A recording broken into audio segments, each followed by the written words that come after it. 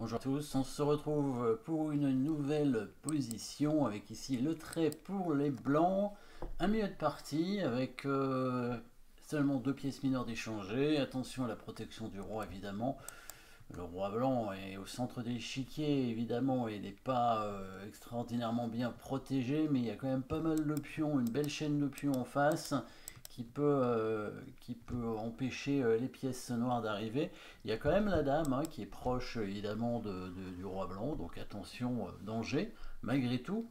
Mais il n'est pas aussi en danger que le roi noir, parce que tout dépend aussi de la position des pièces adverses. Le roi blanc est peut-être moins bien protégé parce que les pions, la deuxième rangée est un peu libre et les pions sont plus avancés.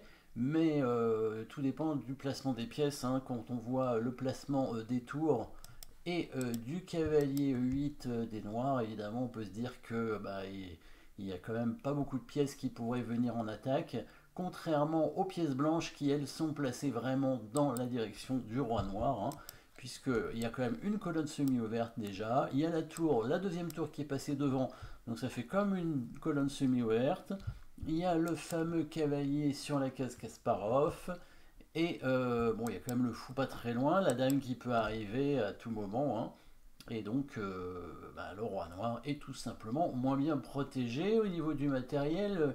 Alors, il y a des pions d'avance quand même pour les blancs, puisque au niveau des pièces, c'est pareil. Dame de tour, fou cavalier pour les blancs, dame de tour, 2 cavaliers pour les noirs. Et les blancs 5 pions et les noirs 7. Donc 2 pions d'avance pour les noirs, mais pour l'instant, les pions sont pas très efficaces. C'est les deux pions d'avance. A priori, ils sont sur l'aile dame. À 6 et B6, ils seront évidemment très intéressants au final. Mais là, pour l'instant, ils ne servent pas à grand-chose. Et ce sont les blancs qui jouent pour l'attaque, évidemment, avec les deux tours braqués, le cavalier et la batterie éventuelle de la dame et du fou. La dame qui peut arriver si on arrive à dégager l'espace. Et oui, tout va se passer par rapport à ce thème. Évidemment, pour pouvoir ramener la dame en attaque, il va falloir probablement bouger l'une des pièces qui la gêne, soit le fou, soit évidemment éventuellement la deuxième tour en H1, mais plus probablement le fou quand même, parce que la dame sur la colonne H, pas évident qu'elle serve à grand chose. Alors regardons quand même les coups forcés. Donc tour prend pion échec, c'est le seul échec de la position. Le roi prendrait la tour. Effectivement, à ce moment-là, on pourrait ramener la dame pour faire échec, mais le roi va se cacher en G8. Il y a le cavalier qui peut donner échec, le roi qui s'enfuit. Intéressant, mais a priori, le roi a l'air de s'échapper en F7 et il attaquerait le cavalier E7 non protégé derrière. En tout cas, il y a des choses intéressantes qui sont envisageables. On remarque quand même le cavalier quand même en E8, même s'il est mal placé. Bon, il défend quand même le pion, c'est très important, parce qu'il est sous pression ce pion. Il y a le cavalier F5 et la tour en G3 qui l'attaquent. Et on pourrait essayer peut-être une destruction de la chaîne de pions devant le roi pour essayer de faire amener les pièces, mais avant tout probablement peut-être essayer d'amener la dame. Alors est-ce que les noirs ont eu des menaces? Il y a bon, et là il y aurait une menace en prenant le pion en C4 de faire échec et d'échanger les dames puisque le cavalier protège. L'échec en A2 est peut-être un peu moins dangereux, le roi pourrait bouger ou éventuellement le fou pourrait couvrir. Bon, il y a plusieurs solutions pour parer la menace. Donc on n'est pas obligé de faire échec forcément avec les blancs, puisque les menaces des noirs ne sont pas si dangereuses. Bon, échange des dames, ça peut être embêtant parce qu'évidemment, l'échange des dames, ça nous enlève le potentiel d'attaque, mais si on crée des menaces derrière, ça va. Une menace de mat dans cette position, il y en a une, en tout cas, au moins une. Alors en un coup il y en a une, en deux coups il y en a probablement plusieurs, mais on peut noter une menace de mat ici, vous l'avez trouvé. Il faut chercher aussi la menace de mat en un coup. Je pense qu'il n'y en a qu'une, menace de mat en un coup, évidemment. Sinon menace de mat en deux coups, il y en a une autre. Mais en un coup, il y en a une seule, c'est tour prend G7 qui menace, tour prend H7 mat, tout simplement. Mais tour prend G7, évidemment, il va prendre avec le cavalier et derrière, alors qu'est-ce qu'on peut faire? On peut faire tour prend H7 à nouveau et refaire l'échec avec le cavalier en E7 ou en H6, mais il n'y aurait pas énormément de possibilités derrière. Hein. Si on regarde cette idée, tour prend G7, tour prend H7, dame H1, échec ici. C'est intéressant, cavalier H6. C'est intéressant, mais il semble pas qu'il y ait de maths, en tout cas pas forcé. Et on a quand même donné 2 tours, hein, ça commence à faire beaucoup. Alors il y a évidemment un échec perpétuel, hein, on peut revenir avec le cavalier, il revient aussi. Et je pense qu'on n'aura rien mieux que l'échec perpétuel, parce que quand même les noirs ont de leur côté aussi des échecs. Hein, il y en a beaucoup, hein, avec la dame noire. Donc intéressant, mais il va falloir probablement faire ce coup un peu plus tard, c'est-à-dire d'abord permettre à la dame d'arriver avec un coup intermédiaire. Alors, la menace en 2 coups, hein, c'est le fameux mat d'Anastasia avec le cavalier en E7 qui menacerait tour prend H7 suivi de tour H3 mat. Mais là aussi, ça doit être parable. Après, c'est pas complètement évident pour les noirs, mais en tout cas, ils ont des échecs, hein, on a dit.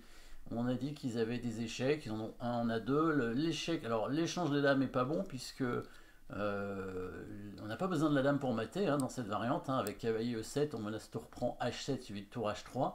Donc on n'a pas besoin de la dame pour mater. Mais les noirs peuvent quand même faire un échec pour forcer les blancs à se protéger, soit avec le fou, soit avec le roi, par exemple le fou qui rentre ici. Maintenant, les noirs peuvent défendre d'une façon ou d'une autre ce mat, peut-être en ramenant le cavalier E5, ou alors en poussant un pion pour libérer une case aussi pour le roi. Hein. On pourrait peut-être avancer le pion de 2 cases éventuellement pour libérer, maintenant que le fou est cloué, hein, pour libérer des cases pour le roi blanc. Voilà, il y a plusieurs solutions, il y avait probablement d'autres coups ici de défense. Voilà, on va chercher des coups un peu plus forcés, même si c'est une menace de mat, hein, évidemment, mais menace de mat en 2 coups. Un coup forcé, c'est évidemment un coup qui force la réponse de l'adversaire. Donc les prises de pièces sont aussi des coups forcés, évidemment. Donc la prise du cavalier avec le fou est un bon coup. Pourquoi? Déjà, ça élimine le cavalier qui menaçait avec l'aide de la dame l'échange des dames. Et deuxième chose, ça élimine le cavalier pour la défense aussi. Et deuxième chose, ça ouvre la diagonale de la dame qui va arriver. Vous avez certainement vu la suite avec la destruction de la chaîne de pions devant le roi. Fou prend cavalier et quand il reprend le fou, maintenant on prend le pion H7 sur échec. Voilà, maintenant les coups forcés arrivent, le roi prend.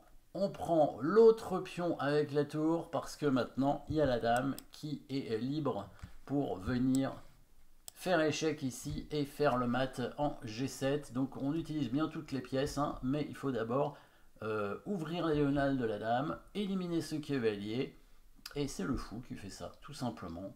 Voilà, alors évidemment les noirs sont pas obligés de prendre le fou, mais les blancs ont gagné une pièce et ont quand même la menace de mat hein, qui va arriver. Donc dans la partie il a pris, mais évidemment il s'est fait mater. Tour prend pion, échec, roi prend tour, tour prend G7 échec. Et la dame qui arrive avec l'aide du cavalier Kasparov comme prévu. Hein, toutes les pièces blanches ont été utilisées dans cette combinaison. Si les noirs ne prennent pas le fou, il faudrait qu'ils par la menace, peut-être la tour en B7 hein, pour défendre la case G7. Ça va pas être forcément suffisant pour sauver la partie, hein, parce que les blancs ont une pièce d'avance avec en plus toujours l'attaque. Hein. Le fou qui peut par exemple prendre ce pion ici en D6. Hein. Le fou est attaqué maintenant, mais on peut faire un coup simple. Hein. Fou prend D6 par exemple pour gagner un pion. Bon, les noirs avaient 2 pions d'avance, les blancs récupèrent un pion, mais ils ont quand même un cavalier qui est très fort, les 2 tours braqués devant le roi, et maintenant ils se sont même créé un pion passé très avancé déjà. Et la victoire blanche devrait arriver assez rapidement. Voilà, petit dégagement d'espace avec destruction de la chaîne de pions devant le roi pour mater à l'aide évidemment du cavalier sur la case Kasparov. Merci d'avoir suivi cette position. N'oubliez pas de vous abonner et à très bientôt.